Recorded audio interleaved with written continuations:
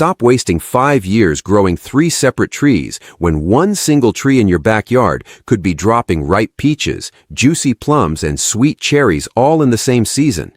And the mistake almost every home grower makes is thinking this is some rare wizard-level skill, when it's actually one simple grafting technique you can learn this weekend. Before I show you exactly how this works, if you're serious about getting real, practical, no-nonsense fruit-growing knowledge every single week, something you can actually use in your own backyard or orchard, hit that subscribe button right now. Because I drop new techniques like this constantly, and trust me, you don't want to miss the next one. In this video, I'm going to walk you through exactly why most people fail when they try to combine multiple stone fruits on one rootstock, the real biological reason behind it, and then I'm going to give you a step-by-step professional grafting method that commercial growers actually use to get peach, plum, and cherry all thriving together on a single trunk. By the end of this video, you will understand exactly what wood to choose, when to cut, how to align the graft, and how to care for it so it actually survives instead of dying off in week 3 like it does for so many beginners. Let's talk about the reality first, because this is where almost everyone goes wrong before they even pick up a knife. Most home growers hear about multi-fruit trees, get excited, grab whatever Scion wood they have lying around, slap it onto a random rootstock, wrap it with tape, and then wonder 2 weeks later why the graft turned black and died. The problem isn't that grafting is hard. The problem is that people treat all stone fruits like they're interchangeable, like a peach branch and a cherry branch are basically the same thing just with different fruit on the end. They are not. Every mistake I see in comment sections and in my own orchard consulting work traces back to this one wrong assumption. Growers pick the wrong rootstock. They graft at the wrong time of year. They mismatch the diameter of the scion and the rootstock, and they don't give the union enough protection while it's healing. And when the graft fails, they walk away thinking multi-grafting doesn't work, when really they just didn't respect the plant biology behind it. I want to slow down here for a second because this reality check matters more than people give it credit for. Every single season, I get messages from growers who tried this once, failed, and gave up completely, convinced that multi-grafting is some kind of scam or gimmick that only works on paper. But when I actually walk through what they did, it's almost always the same handful of errors repeating themselves. They grafted in the middle of summer when the tree was already stressed from heat. They used Scion wood cut from a tree that was already showing signs of disease. They didn't protect the graft from wind, so it got knocked loose before the cambium even had a chance to start fusing. None of these are failures of the technique itself. These are failures of preparation, and preparation is something you can completely control once you understand what you're actually working with. So let's get into the actual reasoning, and I promise I'll keep this simple, no boring textbook talk. Peaches, plums, and cherries all belong to the same genus, Prunus, which is exactly why this technique is even possible in the first place. Think of it like they're all cousins in the same family. Because they share a close genetic relationship, their vascular tissue, the tubes that carry water, nutrients, and sugars up and down the tree, are compatible enough that they can fuse together and function as one system if you align them correctly. This layer where the fusion actually happens is called the cambium layer, and it's a thin ring of actively growing cells just underneath the bark. When you make a graft, what you are really doing is placing 2 cambium layers directly against each other so they can heal together and form a continuous flow of nutrients between the rootstock and the scion. If that cambium contact doesn't happen properly, if there's an air gap, if the cuts are ragged, if the pieces shift while healing, the graft simply cannot take, and no amount of hoping is going to fix that. Now, here's the part most people don't think about.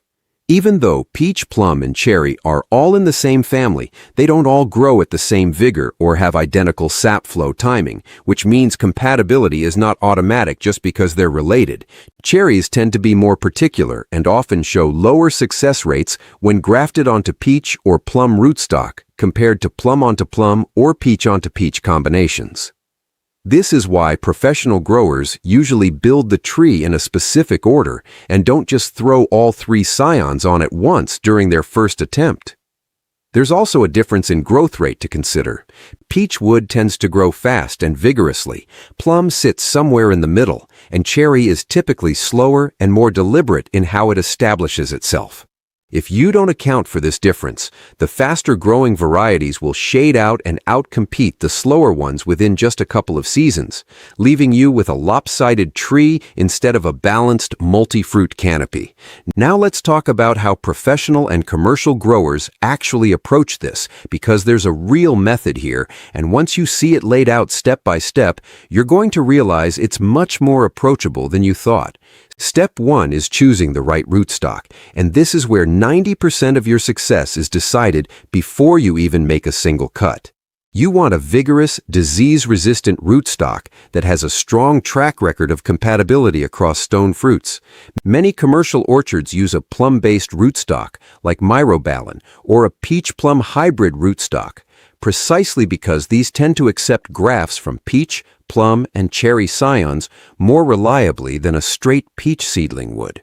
If you're working with an already established peach tree in your yard, that's fine too, but understand that your cherry graft success rate will likely be your biggest challenge, so don't get discouraged if that's the one variety that needs a second attempt. When selecting your rootstock tree, also pay attention to overall vigor.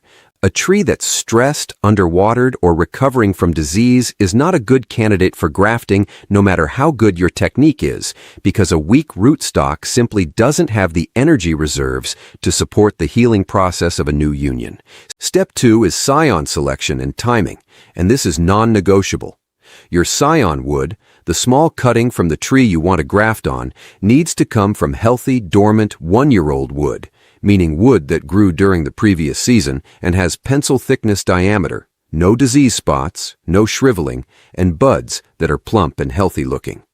Timing matters just as much as the wood quality. For most regions, the ideal window is late winter to very early spring, right before the buds start swelling, but after the hardest freezes have passed. Grafting too early while the wood is frozen solid or too late once the sap is already running heavily are 2 of the most common timing mistakes that kill grafts before they even get a chance. If you're not sure your scion wood is truly dormant, do a simple scratch test. Gently scrape a tiny section of bark with your thumbnail, and if you see bright green tissue underneath, that wood is alive and viable. If it's brown or dry underneath, discard that piece and choose another. Step 3 is matching your diameters. This sounds small, but it changes everything. You want your scion wood and the branch or trunk section you're grafting onto to be as close in diameter as possible, ideally within the same range as a pencil to a marker. When the diameters are mismatched, the cambium layers don't line up evenly around the cut, and you end up with only a tiny sliver of actual contact instead of a full connection, which drastically lowers your success rate. If you genuinely cannot find a perfect match, always favor lining up one side flush and clean rather than trying to center a mismatched piece, because one strong line of cambium contact will heal far better than 2 weak, uneven ones. Step 4 is your actual grafting technique, and for combining multiple stone fruits like this, the whip and tongue graft or the cleft graft are the 2 most reliable methods professional growers rely on. The whip and tongue graft works beautifully when your scion and rootstock branch are similar in size, because you're making matching diagonal cuts on both pieces, then a small tongue cut that locks them together mechanically while they heal, which gives you a strong physical connection in addition to the biological one. The cleft graft is your go-to when you're inserting a smaller scion into a larger branch or trunk, where you make a vertical split in the rootstock branch and wedge the scion into the opening so the cambium layers touch on at least one side.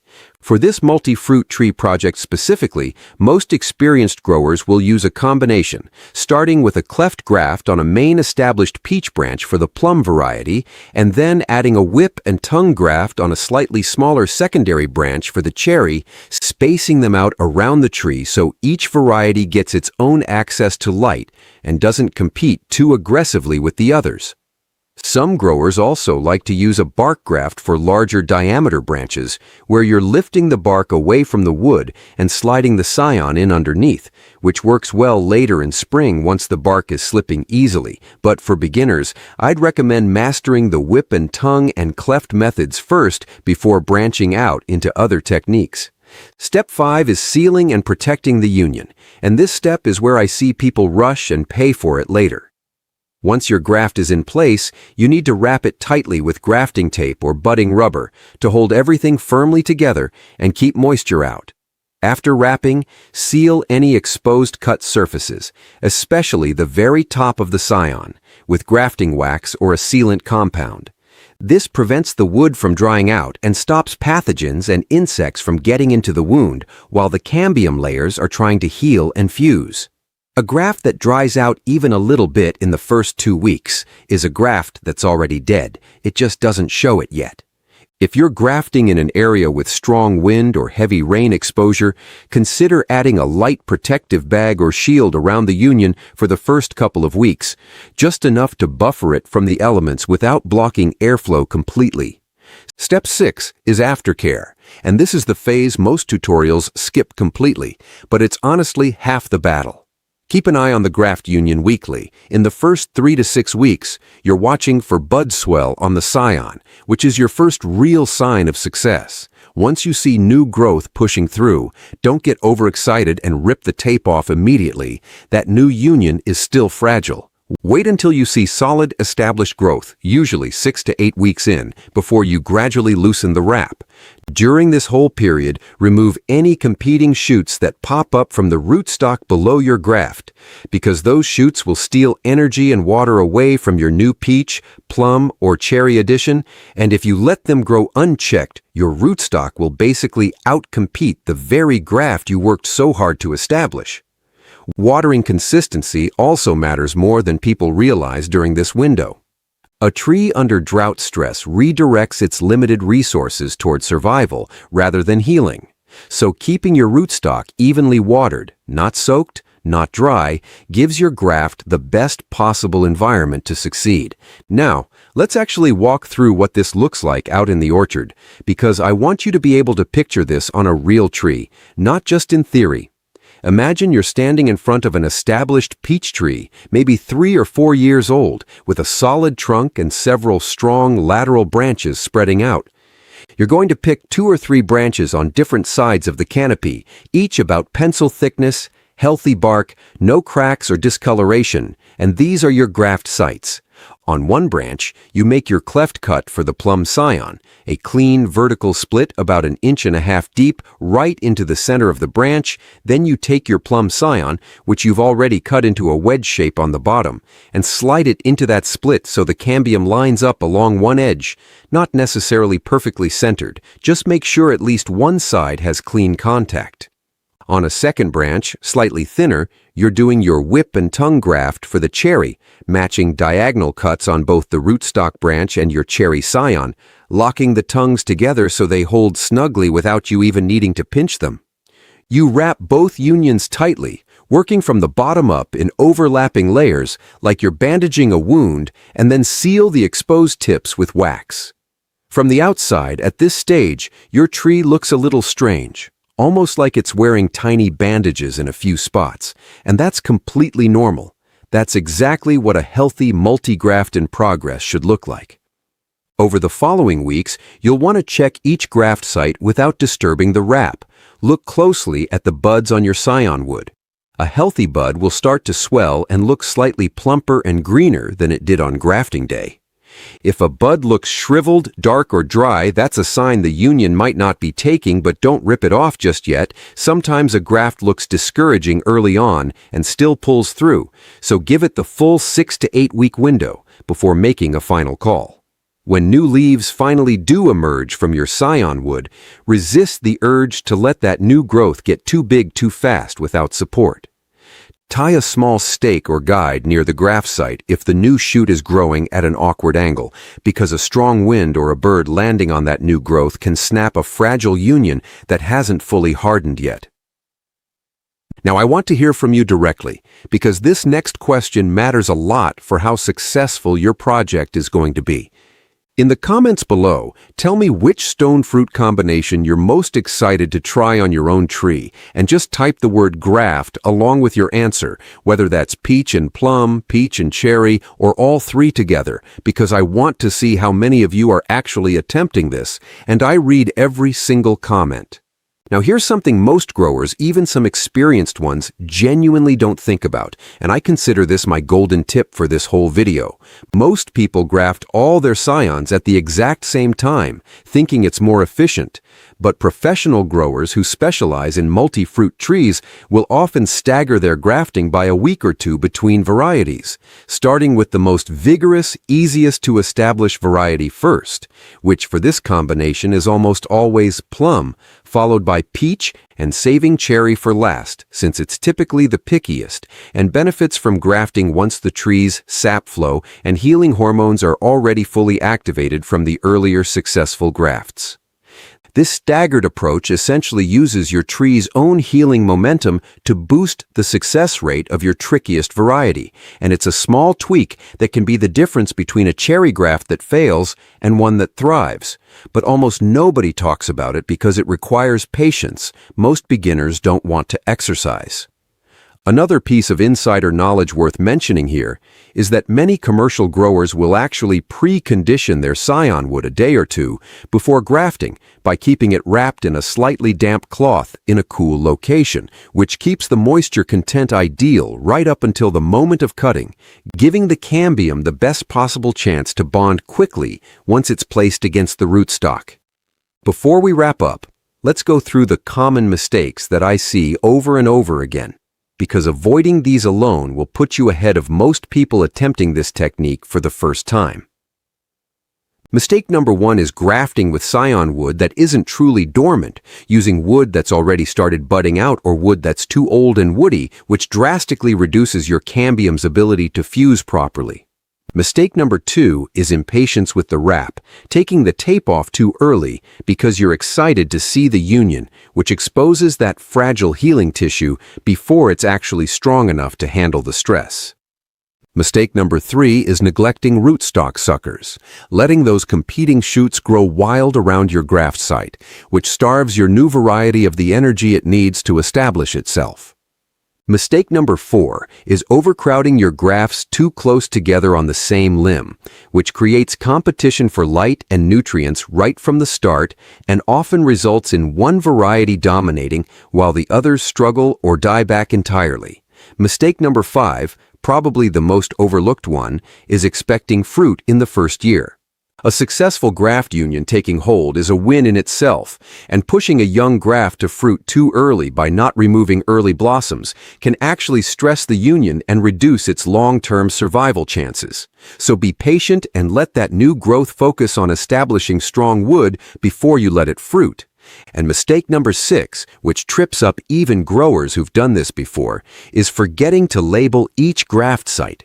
When you've got 3 different varieties going onto one tree, it's incredibly easy to lose track of which branch is which once leaves start coming in.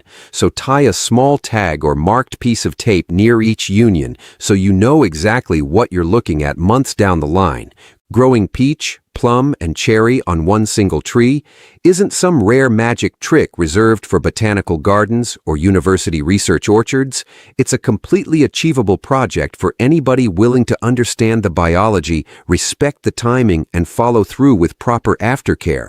And once you see that first plum blossom open up right next to a peach branch on the very same trunk you grafted yourself, I promise you, there's not many feelings in gardening that beat that. If this video helped you understand grafting in a way that actually makes sense, do me a favor and subscribe to the channel so you don't miss what's coming next, because I've got detailed videos planned covering rootstock selection in even more depth and troubleshooting failed grafts so you can save unions that might otherwise be lost. And speaking of what's next, In my upcoming video, I'm going to show you exactly how to identify and fix a peach tree that blooms heavily every spring but consistently fails to set fruit, which is one of the most frustrating problems growers deal with. And trust me, the reason behind it is not what most people assume. So, get your pruning shears ready, subscribe if you haven't already, and I will see you in the next one.